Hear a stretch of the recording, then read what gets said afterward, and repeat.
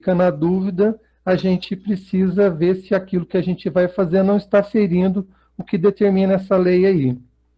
Essa lei aí precisa ser conhecida por toda a população brasileira.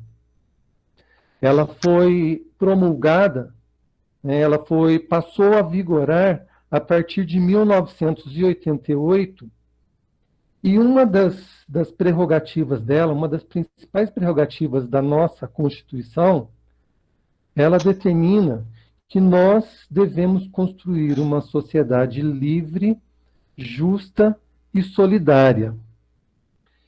Além disso, precisa promover o bem de todos, sem preconceitos de origem, raça, sexo, cor, idade ou quaisquer outras formas de discriminação.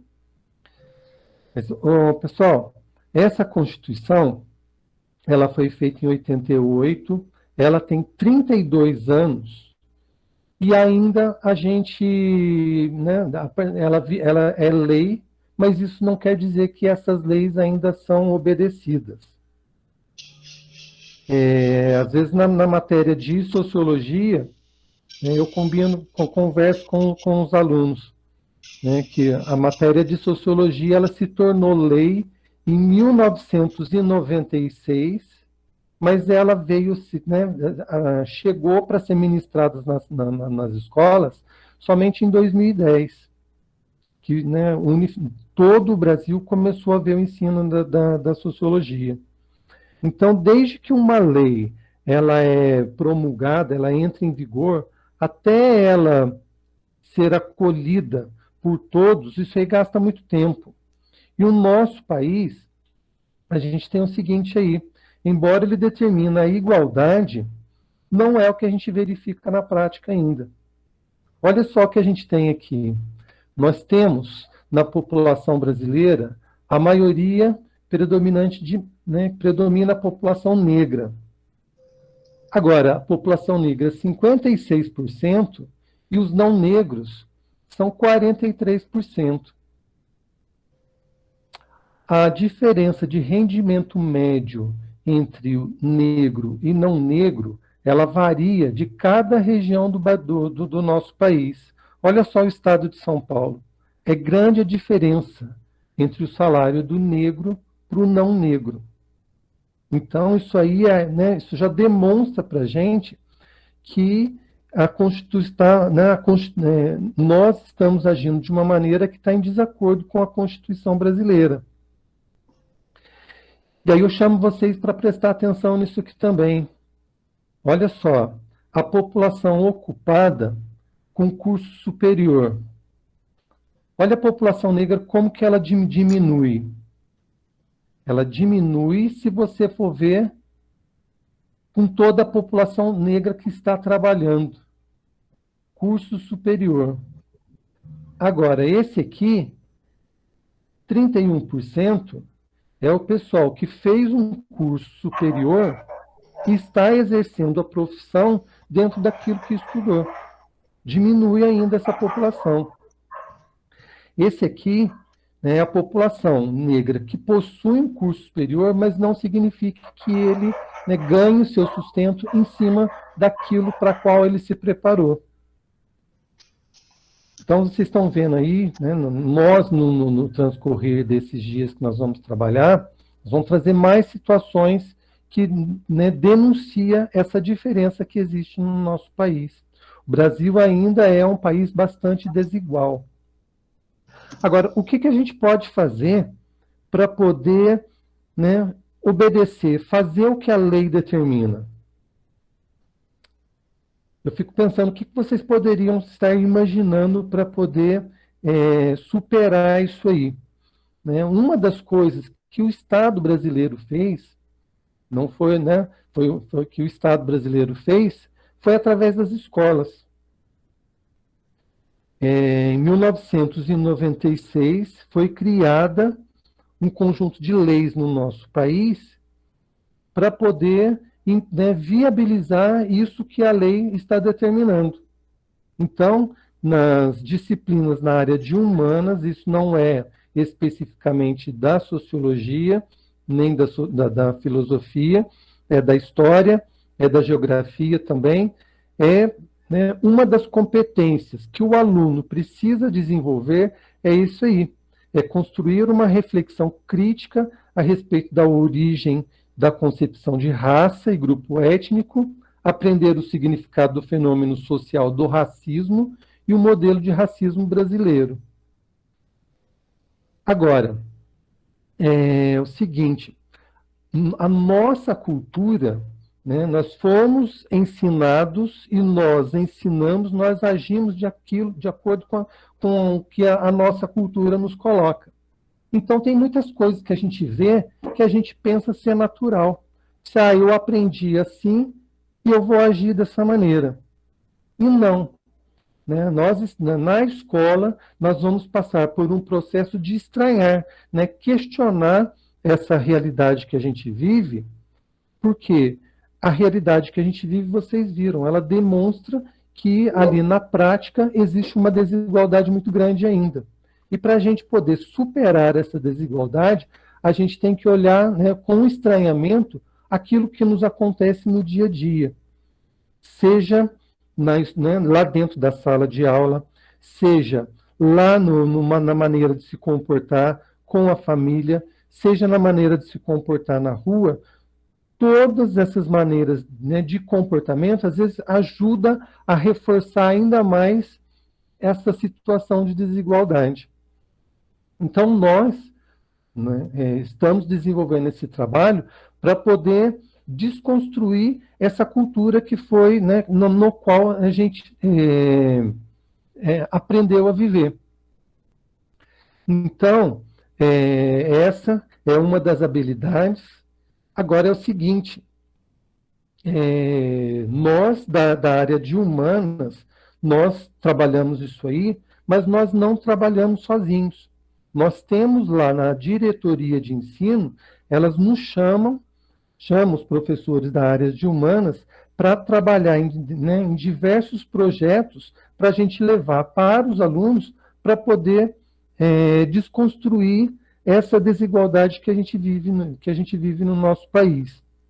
E aí um deles é esse projeto aí, Respeitar é Legal. Ele não é especificamente a respeito da questão do negro no país, ele fala também da questão do assassinato de mulheres também, fala sobre a questão LGBT, enfim, fala, né, aborda a importância do respeito para com o outro. Não importa né, a pessoa que seja, o importante é que ela seja respeitada. Então, esse é um projeto que a gente já trabalhou na escola, alguns anos atrás, e agora a gente também tem passado por esse treinamento. Alguns alunos também, alguns pais, se não me engano, já chegaram participando dessas reuniões, que é a reunião do Conviva, que é para trabalhar a questão do aluno e o bem-estar dele. Certo? Então, a escola ela não está parada, a escola está trabalhando nesse sentido de superar essas desigualdades e cuidar bem do jovem. Então, pessoal, nós vivemos numa comunidade. A escola que nós trabalhamos, que nós vivemos, é uma comunidade, né? E é um lugar de transformação. Todos nós somos agentes transformadores. Às vezes a gente não tem assim noção direito da importância da fala da gente, mas aquilo que a gente fala, a maneira como a gente se exprime, isso aí é bastante transformador. A gente precisa acreditar nisso aí, que nós transformamos muito o meio que nós vivemos. E às vezes não é somente através da fala. Às vezes o silêncio que a gente faz, isso também é transformador. Às vezes você faz uma piada depreciando o outro, está numa rodinha, faz uma piada depreciando a outra, se você fecha, né, você não acha graça nisso aí, você está marcando o seu posicionamento a respeito desse assunto aí. Né, não achei graça. E a outra pessoa acaba acolhendo isso também.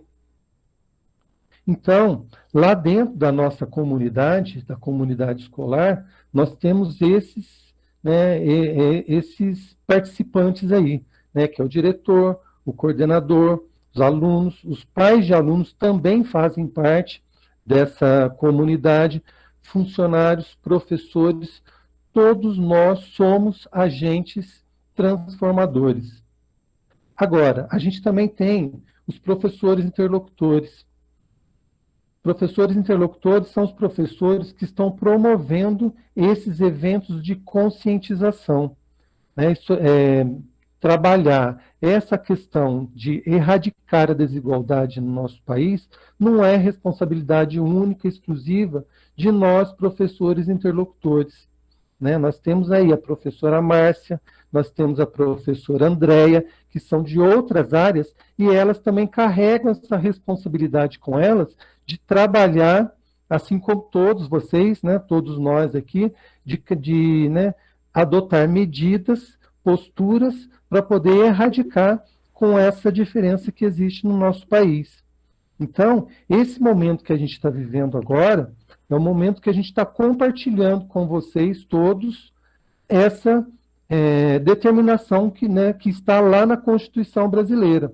Todos vamos construir uma sociedade justa, livre e solidária. Pessoal, para poder encerrar o que eu quero falar com vocês, é o seguinte, tivemos conquistas, né? Tivemos conquistas para poder construir isso aí, agora é lei, mas ainda existe muita coisa ainda para ser conquistada. Todos vocês devem saber de um momento, deve ter um histórico para contar, né, que você testemunhou, né, o desrespeito para com o outro, uma depreciação para com o outro. Então, lá na nossa sociedade, né, como nós somos seres transformadores, a gente não vai ficar restrito somente ali à nossa comunidade escolar, né? Nós vamos irradiar isso aí para onde quer que a gente vá. Porque ainda existe, né, não estou dizendo que todos, né, ainda existe delegados que estão acolhendo pessoas que levam uma queixa de agressão no meio da noite, e esse delegado olha para o perfil da pessoa, assim, isso aí não é digno de ter o meu respeito, o acolhimento da queixa, né? Eu vou tornar banal o que ele está falando. Então, temos também, às vezes, um médico que olha para uma pessoa, né, tem uma característica física, um jeito de se portar, que olha para essa pessoa, se essa pessoa não é digna do meu respeito, né? Então, eu vou tratar de qualquer maneira, vou tratar com pouco caso, né? Agora, políticos também, né? Os políticos que todos deveriam ter essa sensibilidade no trato com o outro, porque o político, a gente tem agora os políticos que vieram pedir emprego para a gente, né? Eles precisam também carregar o exemplo disso aí, né? Carregar no discurso deles, nas atitudes deles, essa preocupação para com o próximo. E muitas vezes também nós temos, sim, às vezes professores, temos às vezes diretores que não são afinados com isso aí, né? Então a gente precisa chamar a atenção.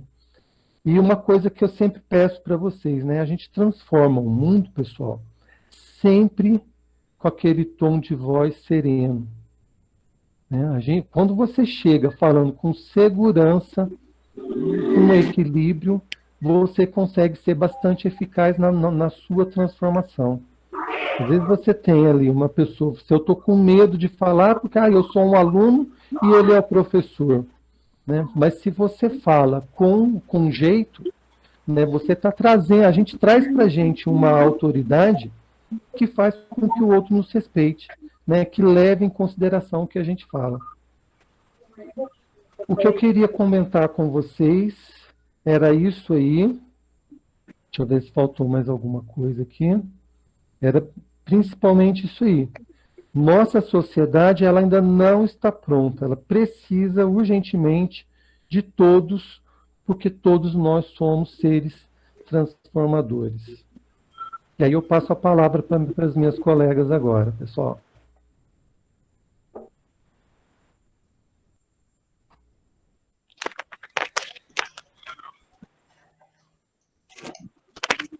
Eu preciso dar um recadinho agora pessoal, tá? Fica eu, né, como...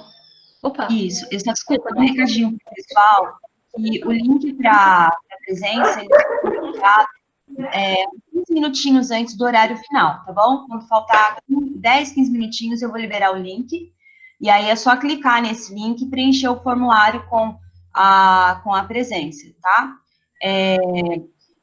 Depois eu converso com vocês sobre a questão das entradas. Realmente esgotou o número de pessoas para entrar, mas eu já vou postar o streaming ao vivo, depois que a gente sair aqui, já no YouTube, para quem não conseguiu entrar, porque daí a pessoa já pode assistir lá em seguida, tá? E aí ainda vai ficar aberta por lá, né, para essas pessoas que não conseguiram entrar, para elas assinarem a chamada, tá bom? Poliana, eu deixei compartilhado aqui já tudo que você me mandou, inclusive o vídeo, tá bom? Eu acredito que eu abri aqui para você poder acessar e compartilhar a tela. Eu acredito que dê para você clicar e já exibir o vídeo aí também, se você quiser, tá bom? É isso. Tá, eu acho que eu não vou precisar não só o vídeo, mas eu acho que eu consigo fazer por aqui, Dani, né? Na verdade, aquilo era para a gente estar conversando a respeito de alguns conceitos que eu gostaria de trabalhar com os alunos. Deixa eu colocar eu aqui. Peraí. Poliana, antes de você começar, Dani, se você quiser, nós, professores, a gente pode sair e libera para eles. O que você acha? A gente tinha até comentado, né, em reunião. Não é melhor? Vocês que sabem, gente. Se vocês acharem melhor. Porque depois vai... Tudo bem, sem problema. Não, eu prefiro. Aí tá bom. Depois assim terminar aqui, eu já vou linkar lá no YouTube. E aí, aqueles que não conseguiram entrar poderão assistir por lá, assistir lista de chamada também. Mas vocês que sabem, gente. Depois dá para pegar no YouTube também. Tá bom? Eu acho mais fácil a gente liberar para eles. Eu acredito que algum tipo de configuração aqui no G Suite, eu olhei, mas agora eu acho que eu não consigo mexer, porque já está no ar, né? Então, eu vou, assim terminar a segunda, aí eu consigo mexer. Beijo, obrigada, parabéns, tá, gente? Até já, tchau. Então, gente, já dei, mas, de novo, nunca é muito, né? A gente dá boas-vindas a todos e a todas. Alguns alunos chegaram depois. Estou feliz pela quantidade de alunos que estão presentes. Acredito que a gente pode alcançar ainda mais. É um tema extremamente importante, né, que a gente está tratando aí. Seria muito mais gostoso se a gente pudesse fazer isso presencialmente, mas a gente não pode deixar isso, né, fazendo um trocadilho aí, passar em branco, né? Porque, embora a gente não deva tratar só no mês de novembro, em geral, é nessa data em que todos nós paramos, né, para fazer essa reflexão. Então, é até importante a gente lembrar que o dia 20 de novembro, ele tem a ver com Zumbi dos Palmares, né? Então, por isso que foi escolhido esse dia da consciência negra. Infelizmente, em São José dos Campos, nós não temos essa consciência tão ampla ainda em relação à importância, né, desse povo que construiu a nossa história. Então, ele é um feriado que ele é municipal. Muitas cidades do Brasil adotam, mas aqui a gente não adota, e eu acho que acredito que a educação, a gente pode, inclusive, refletir para quem sabe adiante a gente não cobrar das autoridades, né, que, como o professor Arnaldo falou, vieram pedir emprego, né, muitos estão aqui só para pedir emprego, ao invés de nos representar, que eles têm uma postura que, de fato, condiza, né, com os nossos direitos. Então, né, acho que, não sei se eu já me apresentei, né, mas todos que estão aqui, com exceção dos terceiro anos, no que não me conhece, eu sou a professora Poliana, de Filosofia, Sociologia, Projeto de Vida e da eletiva Batalha de Poesias, da Escola Matarazzo.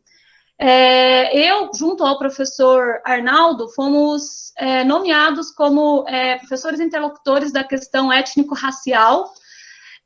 Então, isso é um trabalho que a gente desenvolveria na escola, nossas disciplinas de sociologia e de filosofia dialogam de maneira direta, mas eu tenho certeza que a professora Dani já trabalhou isso, né? Inclusive, ela já fez algumas lives, né, em relação a essa temática. Assim como outros professores, né? Não é só da questão da área de humanas. E aí que, assim, o professor Arnaldo, ele já comentou com vocês sobre a Lei 9.394, de 20 de dezembro de 2003, né, tem aí 17 anos, sobre a obrigatoriedade de ensinos da cultura afro-brasileira, né, então, que está desde o livro didático, até a importância que a gente tem de tratar esses temas dentro da sala de aula, desnaturalizar esse olhar que muitas vezes a mídia nos apresenta, e que são temas que a gente vai trabalhar nesses 3 dias. E aí, que eu só queria deixar claro, pessoal, vou apresentar aqui uma tela, que tudo que está sendo falado aqui, de alguma maneira, para quem são os meus alunos, a gente já trabalhou. Então, eu acredito que vocês vão ter mais propriedade ainda, porque vocês vão estar reforçando um conteúdo que está presente na lei. Então, todos nós professores, a gente tem que seguir uma legislação, e existe uma convenção de quais são as habilidades que os alunos têm que ter, né, no Brasil todo, e dentro dessas habilidades, eu destaquei aqui algumas, né, que tem a ver diretamente com o tema que a gente está tratando hoje. Vou apresentar minha tela, e vou compartilhar com vocês aqui alguns documentos, brevemente. Então, como, né, para os alunos do primeiro ano, né, de filosofia, a gente já trabalhou isso, né, quando nós falamos, né, de alguma maneira, sobre a questão da democracia. Então, a gente está falando aqui sobre a importância de trabalhar conceitos de democracia, né, demos, e kratos, né, poder do povo, e sua relação com a igualdade efetiva entre os cidadãos, né, esse é um dos últimos temas que a gente está tratando agora no 4º bimestre, e reconhecer e planejar práticas de participação política na relação com as autoridades locais. Então, olha só que bacana. Vocês estão conseguindo ver minha tela? Sim, está dando para ver bem, Dani. Sim. Isso aqui, gente, são documentos que norteiam quando a gente prepara a aula, né? Então, olha que bacana aí o que a filosofia traz, assim como a sociologia também, entre outras disciplinas. A gente não tem só que aprender, né? O que é o conhecimento? É aquilo que foi convencionado, que todo mundo tem que saber, se a gente está na educação básica, né? No ensino médio. A gente não tem só que conhecer, a gente tem que transformar a realidade, como foi apresentado pelo professor Arnaldo. Daí, no segundo bimestre do 2º ano de filosofia, tem como habilidade ali a gente refletir sobre as perspectivas de pertencimento e de responsabilidade por si mesmo e pelas demais pessoas e seres da natureza. Olha que legal, gente. Responsabilidade, privilégios, branquitude e negritude são palavras-chave aí, hein, dessa jornada, e eu quero ver presente aí nos formulários que vocês vão responder. A gente vai falar sobre a questão da desigualdade, das diferenças, né, entre homens e mulheres. A gente vai também falar sobre a educação como a superação de preconceitos e desigualdades sociais, né, e sobre esse sentimento de pertencimento, né, eu acho que eu já citei aqui para vocês, esses processos sociais de crítica, enfim, são disciplinas que falam bastante sobre essa questão da crítica social, e a gente não está aqui só para dialogar num viés do senso comum mesmo, a gente está aqui para falar de ciência, e aí que a disciplina de sociologia fala isso também de uma maneira muito direta, né, agora no 3º e no 4º bimestre, então vocês vão ver, por exemplo, que a gente vai tratar alguns trechos e a gente vai fazer algumas falas que vocês vão lembrar do material produzido. No 4º bimestre, especificamente, a gente vai fazer distinção na desigualdade. Então, diferente, todos nós somos um dos outros, né? Mas por quê? Que dependendo da cor da pele, do sexo, eu estou mais vulnerável a sofrer algum tipo de violência? Por que determinadas pessoas, pelo seu sexo, pela sua orientação sexual, pela cor da sua pele, têm mais dinheiro do que outras? Aprender o significado do fenômeno social do racismo e o modelo de racismo brasileiro é uma habilidade aí que a gente vai trabalhar nessa jornada de uma maneira bem lúdica, bem legal. Nas disciplinas de projeto de vida, a gente tem ali como habilidades, né, trabalhar com a questão da tolerância à frustração, entusiasmo, foco, determinação, interesse artístico e respeito, né? E no 9º ano, a imaginação criativa e interesse artístico, empatia e assertividade. Sem contar que vocês sabem que eu sempre trabalhei aí com temáticas relacionadas à questão da construção do sonho. E o sonho, ele não é individual. Um sonho, né, já dizia o Raul Seixas, sonho que se sonha só é um sonho que se sonha só, mas um sonho que se sonha junto é realidade, né? E a gente tem figuras, tantas outras figuras aí, que falam da importância que a gente tem que ter de ter esses debates, né? E de transformar essa realidade, né? E é muito curioso, eu lembro que no 2º bimestre fiz uma atividade e eu fiquei muito emocionada. Foi uma tarde que eu fiquei emocionada aqui em saber como eu tenho alunos maravilhosos, né, que são sensíveis, que são empáticos. Passei uma atividade para quem são meus alunos do 2º e do 9º ano, que é sobre como transformar o mundo. Então, a gente pensa em como transformar, né, individualmente o meu meio, ou da minha família, tendo uma profissão melhor, tendo mais conhecimento, mas a gente também pensa em como a gente pode transformar o nosso meio, até porque a gente é produto do meio e o meio nos influencia, né?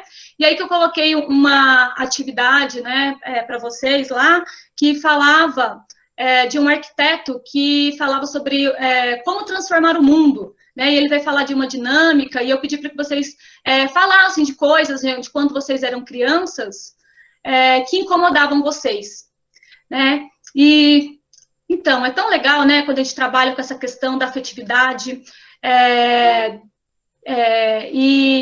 né, então, eu perguntei para vocês o que vocês perguntaram, né? O que vocês achavam de curioso? O que vocês não aceitavam quando vocês eram crianças, né? E aí que muita gente fez diversas perguntas, assim, né? Desde onde vêm os bebês, até por que determinadas pessoas não comem. E eu fiquei muito emocionada em saber como a gente tem alunos que, embora às vezes não passem por alguma dificuldade, conseguem se sensibilizar, né, com o outro. E o que vocês não aceitavam, né, e o que vocês não aceitam mais. E foi quase que unânime. A maior parte dos alunos se comoveu muito com a questão do racismo. Foi bem no período que aconteceu o assassinato de George Floyd, né, lá nos Estados Unidos, que teve uma mobilização, né, uma comoção internacional. E muitos alunos citaram o nome do George Floyd, né, que foi assassinado por policiais. E aí que eu passei para algumas turmas um vídeo que eu vou passar hoje de novo, que eu acho que é importante a gente fazer aí algumas perguntinhas, né? Primeiro, né, por que a gente vai ter uma semana, por que tem um dia da consciência negra e não tem da consciência branca, né? Existe racismo? O que é racismo?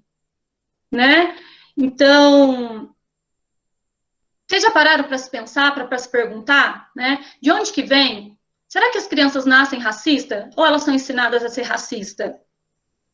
Né? Eu acho que são ensinadas a ser racistas. Como? Que nem racismo é quando uma pessoa tem preconceito com a cor da pele de outra pessoa, sabe? Né? Sim, e um exemplo de racismo, assim, que você já presenciou? Eu não estou conseguindo identificar quem é que está falando, mas eu acho que é do 9º ano pela voz. Sim, eu sou. Então, aí eu já presenciei um aluno chamando uma garota de preta, de macaca, e outras coisas. Nossa, que triste, não? Mais alguém, gente? E eu quis defender a pessoa, só que se eu defendesse, eu ia procurar problema, né? Ia ter problema ali. Mas eu falei algumas coisas pra pessoa que xingou essa pessoa de macaca, de preta, disso, daquilo. Parabéns, parabéns. O silêncio também é uma maneira que a gente tem de aceitar aquilo, né? Então, não basta ser racista, tem que ser antirracista. Mais alguém presenciou algum ato de racismo? Ou poderia designar, né, que, segundo o aluno acabou de falar, é que quando a gente tem preconceito, dependendo da cor da pele da pessoa. Alguém já presenciou algum outro tipo de racismo? a não ser esse que é o mais escancarado, que às vezes acontece muito também nos campos de futebol, em outros espaços, né? Nos noticiários, é tão comum a gente ter visto isso. Professor, pode falar? Pode. Eu já presenciei, assim, pessoas de minha convivência falando várias vezes que o negro tem uma raça inferior, e foi muito difícil, porque eu tive que arrumar a briga, e não é fácil, porque eles entram num tom de uma baixaria tão grande que é triste de ver, sabe? Dá vontade de falar para a pessoa, olha, não frequente mais a minha casa, porque você não é bem-vindo aqui. Né? E às vezes por respeito, porque as pessoas são pessoas mais velhas que você, e aí você tem que se controlar, mas eu já passei por isso várias vezes, sabe? Eu ouvi isso de professor, de inglês, já ouvi isso de gente da minha família, já ouvi isso de pessoas próximas, sabe? Que eles não têm inteligência, que o SUS só é melhor porque não foi, entendeu? É muito triste isso. Já presenciei isso várias vezes, e pra gente é pesado, entendeu? É pesado. É triste.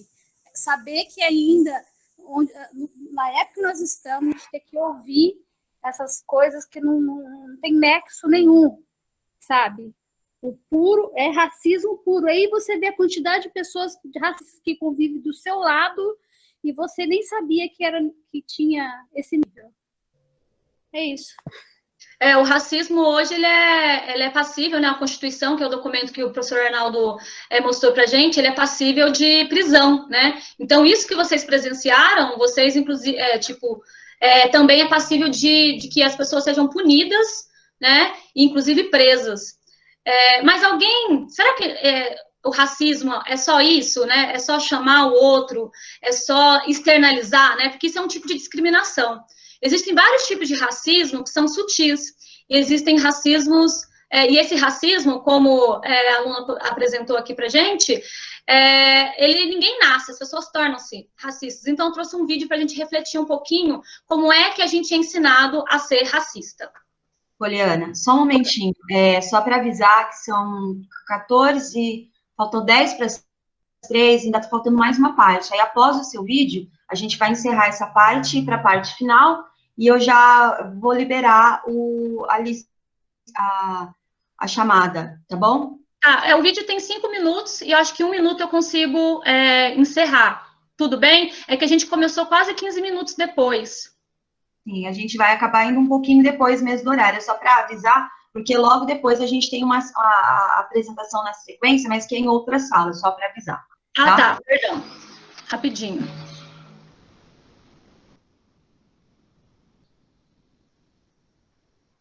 Ai, meu Deus, não. Peraí.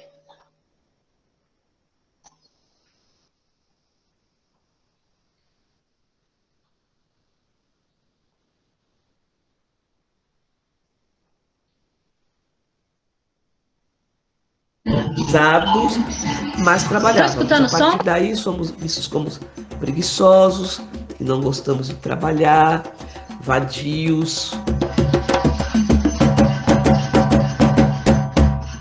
O racismo institucional e atua dessa forma na vida das pessoas negras porque existe o racismo que foi estruturado ao longo, né, do final do século XIX até o que a gente presencia hoje. Nós tínhamos até 1888 um regime de escravidão, uma escravidão que era justificada através de teorias científicas, que dizia, né, que os negros eram de raça inferior, e por conta disso a possibilidade de você escravizar pessoas e abaixo de tortura, né, de muita violência, porque a escravização é isso. Olha pra frente, seu preto safado! Entra logo aí! Quando o Brasil percebe, né, o Estado brasileiro percebe que não vai ter jeito, que ele vai ter que acabar com a escravidão, ele começa a tomar uma série de medidas, inclusive legislativas, para possibilitar a marginalização de homens e mulheres negros e negras. A gente pode começar, por exemplo, com a lei que proíbe os negros de estudarem, o Ato de Império de 1834, era um ato de império que impedia os negros, era proibido que os negros estudassem. Em 1850, você tem a edição do Ato de Império que eles chamam de Lei de Terras. As pessoas são proibidas de comprar as terras, principalmente os negros e indígenas. Aí você caminha mais um pouco, você tem em 1888 a Lei Áurea, em 1889 a Proclamação da República, e já a partir daí o Estado brasileiro começa a pensar, tá bom, e agora? Quem é que vai trabalhar para a gente?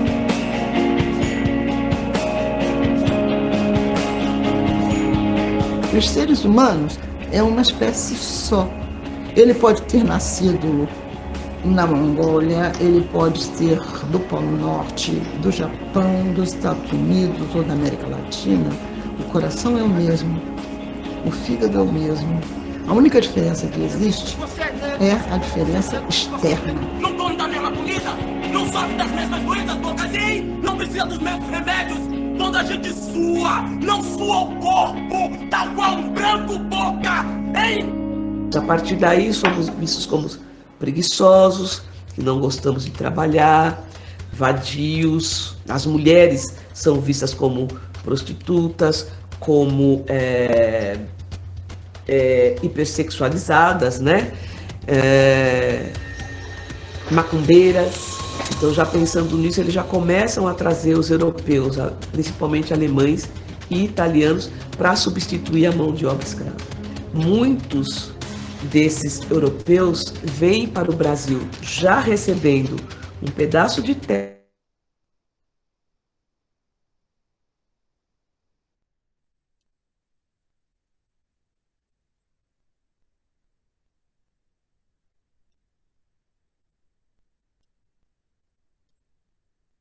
e sem trabalho. Em 1890, a República, né, tem as suas primeiras leis penais, dentre elas a lei de vadiagem. Os negros que eram encontrados sem trabalho na rua poderiam ser presos. E você tem a lei do capoeira, que proíbe os negros de jogarem capoeira ou de manifestar as suas culturas na rua, porque, na verdade, o intuito, além de proibir essa manifestação, era proibir o agrupamento, o ajuntamento de negros nas ruas. E é por isso que a gente fala hoje que a gente tem um racismo que ele foi estruturando-se.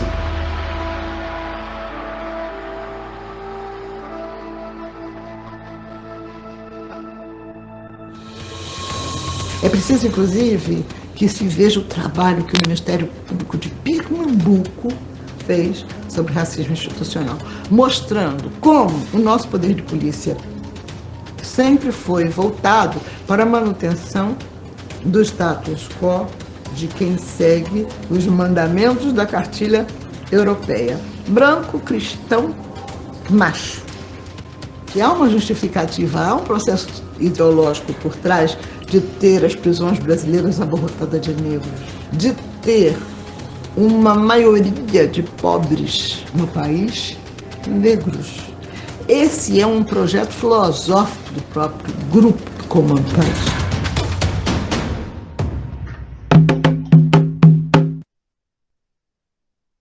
Bom, então vou finalizar, pessoal, isso daqui é só para a gente ter uma dimensão que às vezes o racismo, ele foi ensinado, ele foi institucionalizado, então existem várias leis que impossibilitaram que o negro tivesse acesso à terra, a bens, à educação, que ele não está só na piada ou em você falar diretamente, né, xingar as pessoas.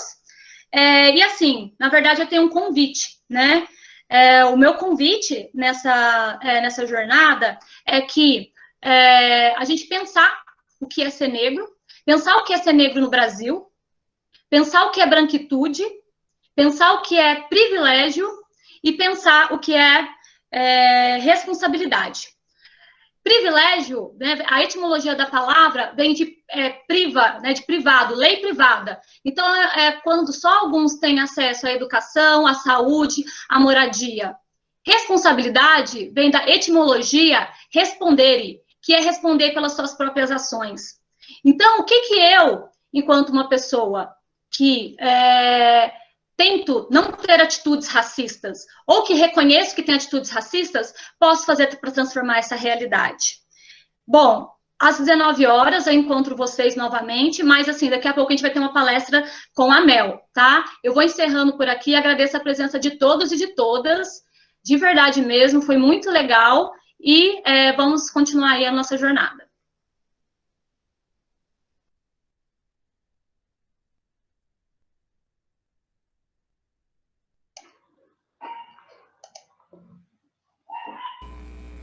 Obrigado, professora Poliana. Dani, você prossegue agora com... Sim, eu vou encaminhamento? finalizar. Sim, eu vou finalizar, gente, agora com a leitura de um texto, vou tentar ser bem rápida, tá bom? Mas antes preciso avisá-los que eu já postei no chat o link para o formulário de presença, tá bom? E eu já postei o link lá para vocês podem vocês já podem clicar e preencher, tá bom? Bom, gente, a minha parte, ela é uma parte um pouco mais, assim, vamos dizer, por algum motivo, a minha câmera não tá abrindo agora, mas tudo bem, a gente segue. A parte que eu vou falar, ela vai envolver um pouco mais essa questão da representatividade dentro da questão da leitura, tá? Dentro dos livros, né? Dentro de tudo aquilo que a gente está em contato no nosso cotidiano, né? E aí, para isso, eu vou compartilhar minha tela para mostrar para vocês algumas coisas que eu havia preparado, tá? Vou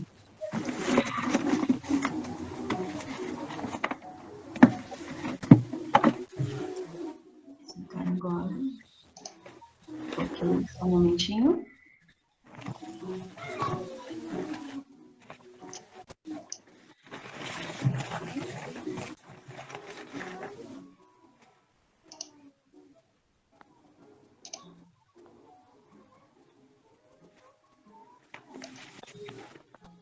Bom, eu tinha preparado para a abertura, preparei para a abertura de hoje, né, alguns textos, né, de sugestão para vocês, para que vocês depois, né, quisessem ler um pouco mais, assim, de atenção, tá? Esses textos, eles vão dialogar com a questão da representatividade e do protagonismo, né, e dessa construção que a gente tem dentro dessas mídias, tá bom? O primeiro texto, eu vou falar os títulos e a gente vai ler o trechinho só de apenas um. Ler autores negros é conhecer o outro lado da história. Texto 2, onde os negros não têm vez, que há um paradoxo, né, na invisibilidade de escritores negros no Brasil, país formado sobretudo por afrodescendentes, e a lacuna espelha tratamento dado à população enquanto autores internacionais viram best-sellers, ao garantir a voz para a realidade onde vivem. Texto 3, entrevista com Oswaldo de Camargo, uma entrevista bem interessante, que ele explica como que os negros utilizam a literatura para combater o racismo e mostrar suas realidades. E o texto 4, né, que é o que eu vou me apegar, né, entre as mais lidas do Brasil, a de Camila Ribeiro, que explica a precarização do trabalho intelectual de autoras negras. Então, ela fala sobre as cópias não autorizadas, né, especificamente dessa coleção Feminismos Plurais, que estão sendo distribuídas em grupos de WhatsApp.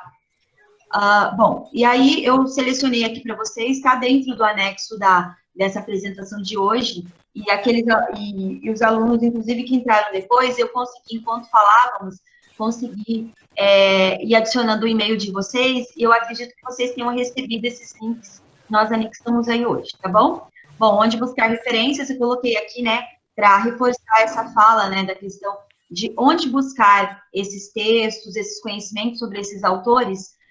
Eu selecionei alguns links de revistas digitais, né, alguns coletivos que trabalham com a temática, né, e aí tem aqui, por exemplo, o texto 1, né, é blog e site também, que você encontra textos, né, relacionados ao tema, né, do protagonismo, né, afrodescendente, afro-brasileiro, e todos os textos, eles têm uma playlist muito boa, sempre de cantores negros, né? E também de temática, tá bom? Algumas leituras, revistas digitais coloquei para vocês, lembrando que todas elas são permitidas que você baixe gratuitamente, tá? Sem problema nenhum, com as questões, né, de propriedade intelectual.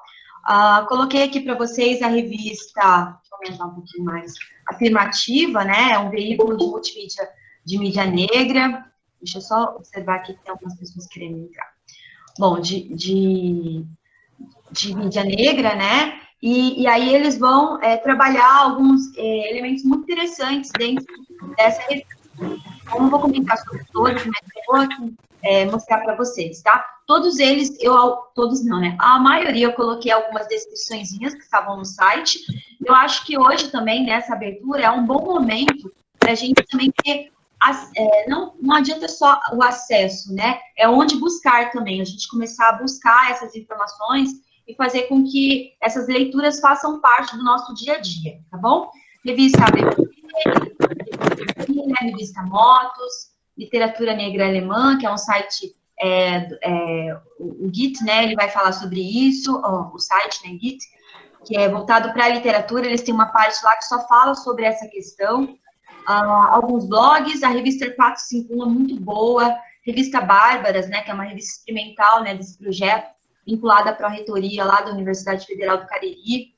A revista Afrodite também, que é um produto educomunicativo, né, mas ele vai trabalhar a identidade da mulher negra através da beleza e da cultura.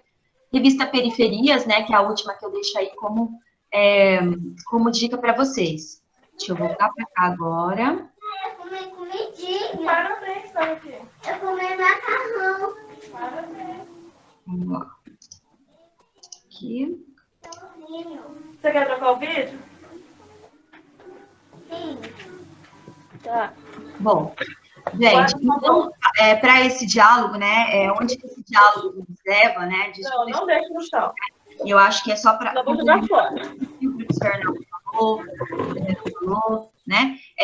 A questão, né, de onde a gente busca esses referenciais, né? E que isso tem que mudar, certo? Então, a gente está falando de dar notoriedade, de seguir autores negros, de ler autores negros, youtubers, né, blogueiras, tudo que faz parte do cotidiano de vocês, buscar essas representatividades também que são tão importantes, mas que nem sempre tem a sua devida valorização, né, e só para citar um projeto muito interessante que alguns youtubers fizeram, né, algumas pessoas bem famosas, eles fizeram assim, eles cederam espaço em seus canais, né, com milhões de seguidores, para algumas pessoas que fazem um trabalho legal, mas que não tem uma visibilidade tão grande, né? Então, nós, inclusive, a Djamila, né, ela teve espaço cedido, embora ela seja bem famosa, né, ela teve seu espaço cedido, né, no canal do YouTube, e aquele mês ela comandou aquele canal, e lá ela falou sobre assuntos, né, que são importantes, né, e trouxe bastante coisa diferente, diálogos novos para esse público desse youtuber, tá bom? Depois eu mando isso, eu vou anexar lá, e aí eu mando, vocês vão ter acesso a isso que eu estou falando, tá bom? Bom, para finalizar, não vou me estender muito, já passamos 5 minutos aí do horário, mas a gente também demorou um pouquinho mais para entrar, né? Entre as mais lidas do Brasil, a Djamila Ribeiro cita a precarização do trabalho intelectual das autoras negras. Esse texto também, ele vai trazer a questão do compartilhamento, né, e dessa questão, da questão do compartilhamento de textos, de livros, né, que poderiam ser comprados, né, mas vamos abrir aí várias questões, né, nem sempre as pessoas conseguem comprar, então a informação não chega, né, então será que é válido esse compartilhamento desses textos, né, desses autores? Bom, eu coloquei aqui 3 textos, tá? O primeiro é Ler Autores Negros e a Conhecer o Outro Lado da História, que é um texto bem interessante. É um texto bem interessante que ele vai falar sobre essa questão do outro lado da história, né? E vai citar alguma literatura, 6 obras, né, feitas por pessoas negras, e ressaltando a importância, né, da gente enaltecer as produções na sociedade, né, que é racista e preconceituosa. Onde os Negros Não Têm Vez, que fala sobre a invisibilidade desses escritores. Inclusive, né, a gente fala da questão do embranquecimento, né, do Machado de Assis.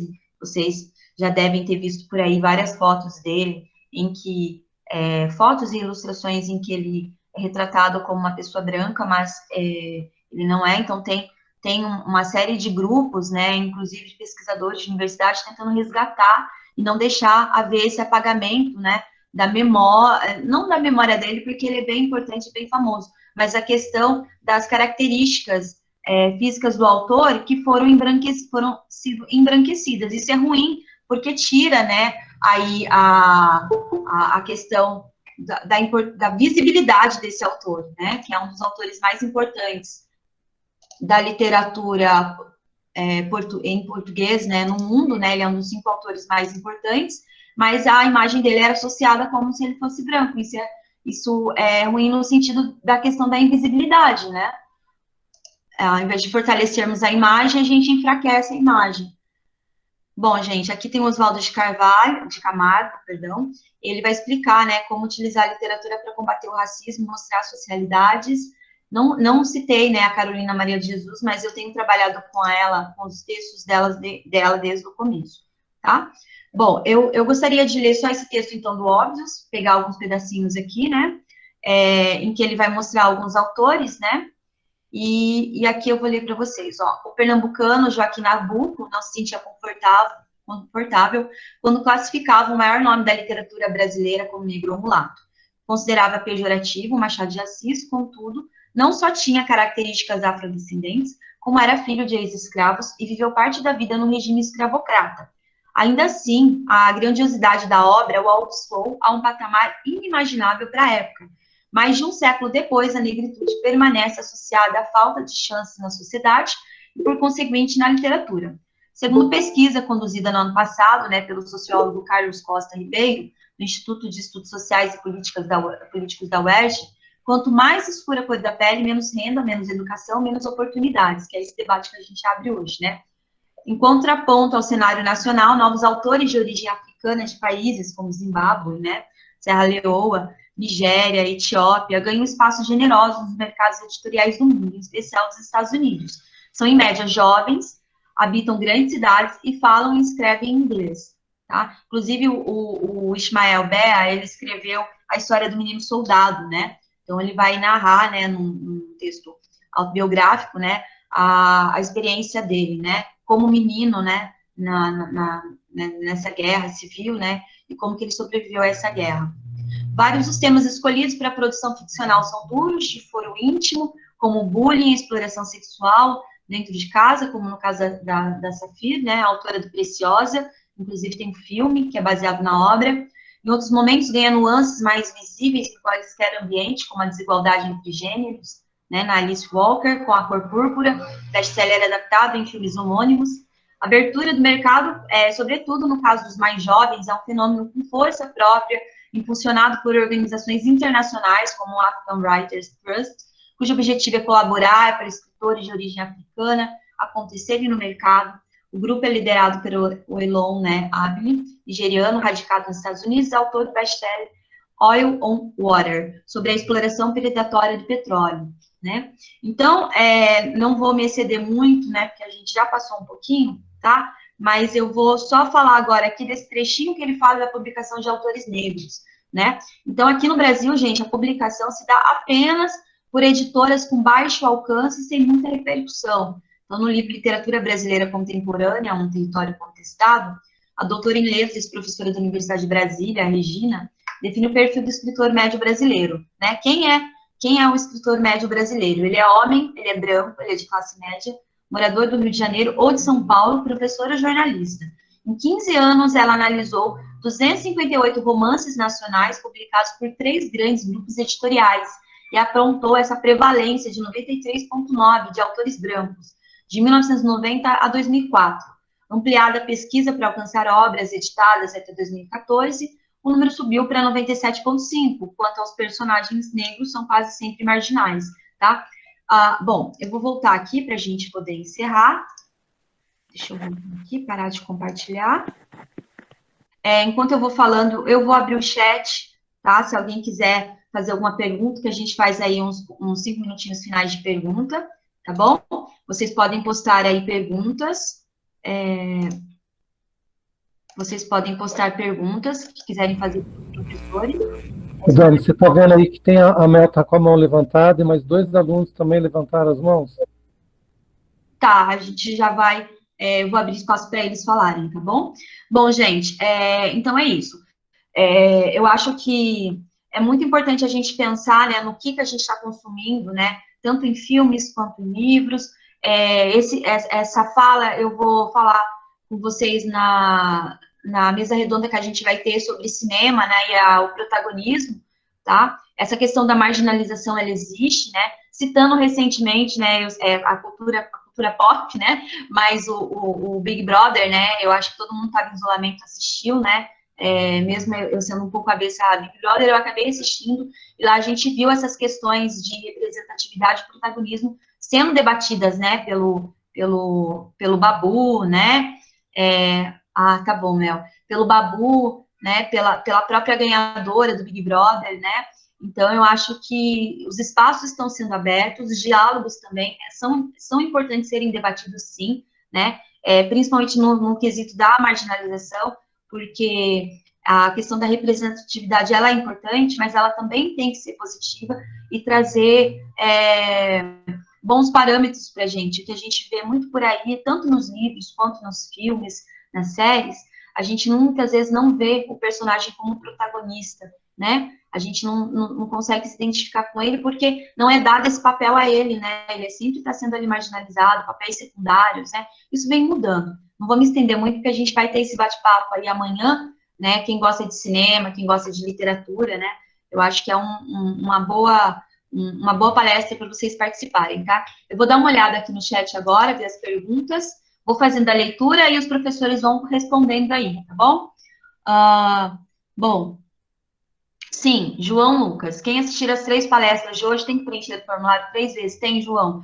Porque você, em cada um dos formulários, você vai ter que tecer comentários sobre cada uma das palestras. Então, por isso que você tem que preencher 3 vezes. Você tem que clicar na palestra que você assistiu, selecionar ela, e escrever lá, tá bom? A Camille, livros que você recomenda. Camille, na palestra na mesa redonda sobre cinema, protagonismo, a gente vai falar também sobre isso, a gente vai recomendar mais por lá. Mas, dentro desses links que eu mandei para você, que eu vou mandar para vocês, que está anexado aqui, eu vou mandar também algumas sugestões, tá? Eu falo assim, livros que eu recomendo, assim, tem alguns que eu recomendo, mas eu também eu gosto mais de recomendar os sites, os coletivos, né, que trazem, né, muita notícia boa e bem recente para a gente, e a gente consegue acompanhar, assim, com mais, vamos dizer assim, em tempo real, tá? A Mel falou que eu já expliquei, tá? Esse é o horário das 14 ainda, Jonas. O das 15 a gente já vai liberar agora. Os formulários é o mesmo que aparece nos eventos, sim. É o mesmo. Para hoje é esse mesmo formulário, Carlos Gabriel, que perguntou. Vai ser o mesmo formulário, vai ser o mesmo formulário, só que vocês vão clicar na alternativa diferente e ele vai ser fechado agora e ele só vai ser liberado depois de novo dentro do horário da próxima, tá bom? Alguém quer fazer alguma pergunta para os professores ou já podemos encerrar? Ou se alguns, o Arnaldo ou a Poliana quiserem falar mais alguma coisa?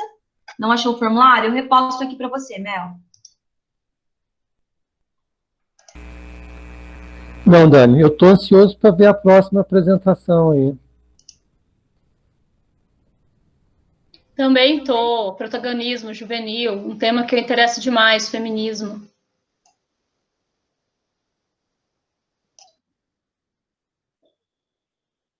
Na verdade, assim, acho que a gente pode ir encerrando, né? Porque aqui o que a gente vai esmiuçar mais vai ser no decorrer das palestras, né? Que a gente vai trabalhar de maneira mais específicas, né? Essas questões que a gente abordou aqui. Aí vai ter agora a da Ellen, às 7 horas a gente vai ter o Ney, que é um dos cofundadores do cursinho Uniafro, que tem no Brasil inteiro, e a gente vai tratar sobre a temática da educação antirracista. eu agradeço a todos e a todas que estiveram aqui, espero que a gente tenha contribuído aí de alguma maneira, né, para que vocês ampliassem o conhecimento de vocês. O Dani, Sim, Ana. tem aluna ali, a Ana Júlia, está perguntando se é obrigatório assistir a todas as palestras. Você pode, aquele combinado que nós fizemos, né, o combinado com o ensino médio, é que assistisse, né, escolhesse pelo menos uma por dia, né, é isso, Arnaldo? Me fala aí.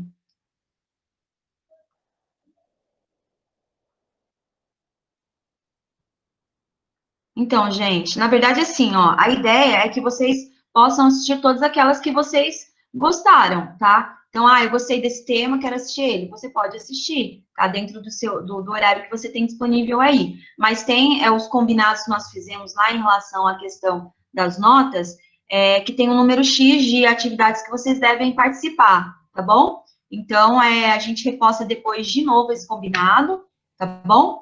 Mas os professores têm mandado nos grupos esse combinadinho lá, falando o número de palestras que vocês têm que participar ao longo da jornada, que é hoje, amanhã, e encerra-se na quarta-feira, tá bom? Eu acho que podemos encerrar por aqui. Eu já vou... Dani, Oi. A próxima palestra, que era das 15 horas, é outro link, né?